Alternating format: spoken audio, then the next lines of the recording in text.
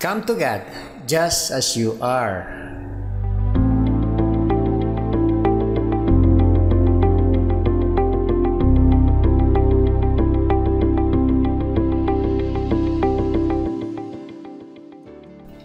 Kamusta po kayo? Pastor Arnold po. Ang paanyaya po sa atin, lumapit tayo sa Diyos kahit na sino ka man, kahit na ano ka man, at kahit ano pa ang nagawa nating kasalanan.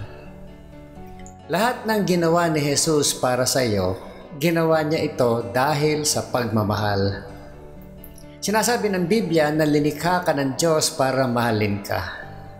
Ang tanging dahilan kung bakit ka nabubuhay ay dahil linikha ka para mahalin ng Diyos.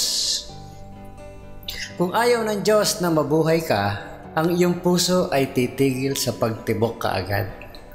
Hindi ka na humihinga marahil sa ngayon.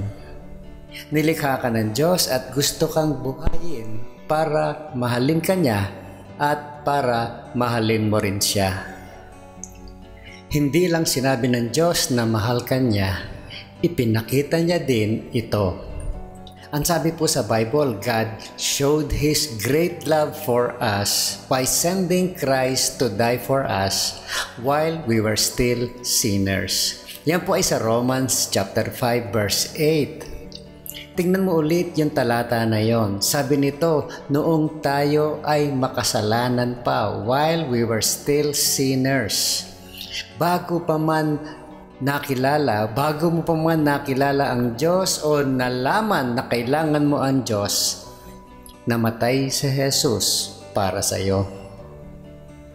Merong isang katha na nagsasabing kailangan natin linisin ang ating buhay bago tayo makalapit sa Diyos.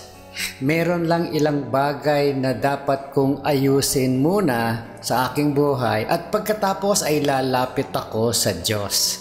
Hindi. Maari kang lumapit sa Diyos, dala ng iyong mga problema, dala ang mga mabuti, masama at mga pangit na gawa. Parang kapag nilalabhan natin ang mga damit natin bago tayo pumunta sa laundry shop para maglaba. Kaya naman kapag hinuhugasan natin muna ang mga pinggan bago natin ilagay sa dishwasher. Bakit natin ginagawa ito? Sabi ng Diyos, hindi mo kailangan linisin ang iyong buhay. Dalhin mo na lang lahat sa akin. Dalhin mo sa akin lahat ng problema mo. Nasa akin ang lahat ng sagot. Lumapit ka kahit na ano ka man. Ang sabi po sa Bible, He will send down help from heaven to save me because of His love. Sa Psalm 57 verse 3 po yun. Yan ang ginawa ni Jesus sa kanyang buhay, kamatayan at muling pagkabuhay. Ipinadala niya ang kanyang sarili mula sa langit upang iligtas tayo dahil sa kanyang pagmamahal. Kung hindi ka tutugon sa balitang ito, ang kamatayan at muling pagkabuhay ni Jesucristo ay personal na nasayang para sa iyo. Wala silang nagawang pagkakaiba sa iyong buhay pagdating sa iyong kaligtasan.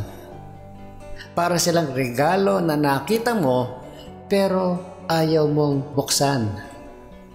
Ang pangako po ng Biblia, you will be saved if you honestly say, Jesus is Lord. And if you believe with all your heart that God raised Him from death, God will accept you and save you if you truly believe this and tell it to others. Yan po sa Romans 10 verse 9 and 10. Hindi hinihiling ng Diyos na gumawa ka ng pangako na hindi mo matutupad. Hinihiling sa iyo ng Diyos na maniwala sa isang pangako na siya lamang ang makakatupad. Think about this, my friend. What part of your life have you been trying to clean up before you approach God?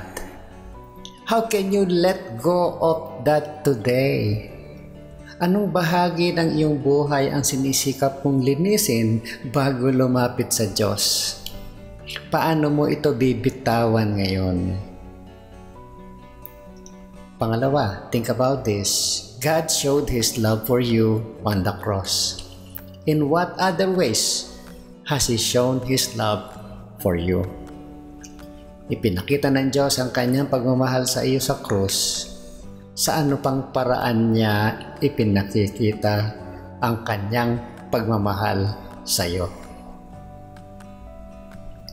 At ang pangatlo, think about this. How does your life reflect the extravagant love God has for you? Paano pinapakita ng iyong buhay ang labis na pagmamahal ng Diyos para sa iyo?